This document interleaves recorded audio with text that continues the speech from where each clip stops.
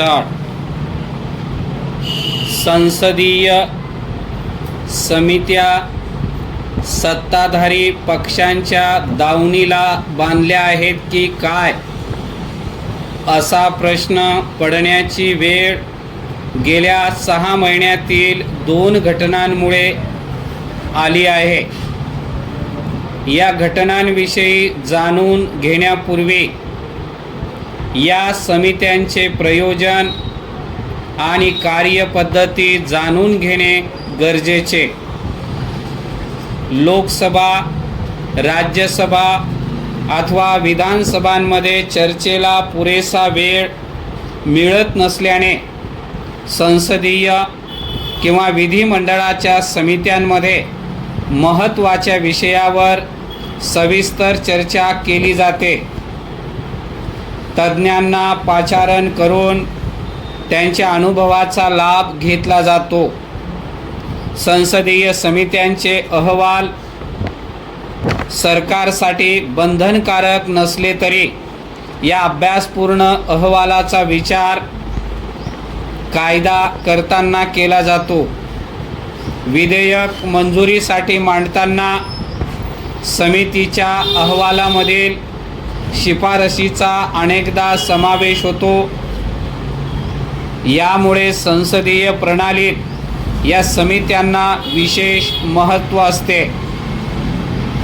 संसदेतील सर्वात महत्त्वाच्या लोकलेखा समितीचे अध्यक्षपद नेहमी मुख्य विरोधी पक्षाकडे असते. तसेच अन्य काही समित्यांची अध्यक्षपदे विरोधी पक्षांच्या खासदारांकडे एकूण संख्याबळाच्या आधारे सोपवली जातात. परिच्छेद 2 दिवसापूर्वी संसदेच्या ग्रामीण विकास आणि पंचायत राज विभागाच्या स्थायी समितीच्या बैठकीत भूसंपादन कायद्याच्या अंमलबजावणीबाबत चर्चा करण्याकरिता ज्येष्ठ समाजसेविका मेधा पाटकर आणि दक्षिणेतील चित्रपट अभिनेता प्रकाश राज यांना निमंत्रित करण्यात आले होते. चर्चा साक्षीसाठी कोणाला पाचारण करावयाचे याचा निर्णय घेण्याचा अधिकार हा समितीच्या अध्यक्षांचा असतो.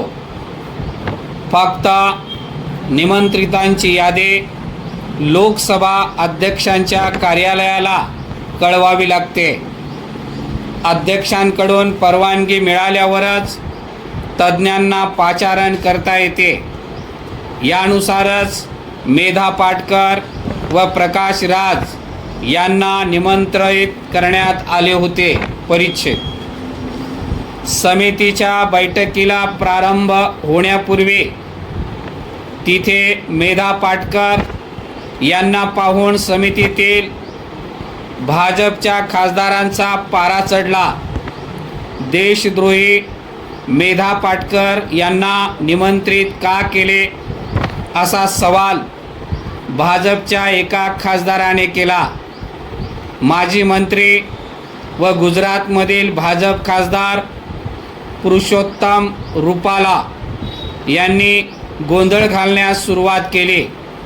शहरी नक्षलवादी संस्थेत कसे ईदपासून उद्या पाकिस्तानच्या पंतप्रधानांना समितीच्या बैठकीला पाचारण केले जाईल, असा गलका भाजप खासदारांनी केला. ग्रामविकास विभागाच्या समितीचे अध्यक्ष सप्तगिरी शंकर उल्का या काँग्रेसच्या ओडिसातील खासदारांकडे आहे.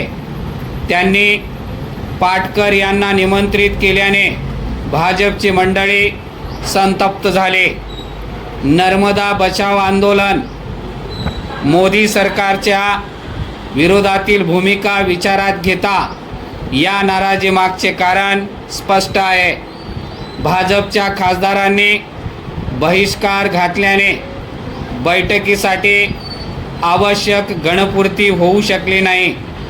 शेवटी समितीची बैठक स्थगित करावी लागली.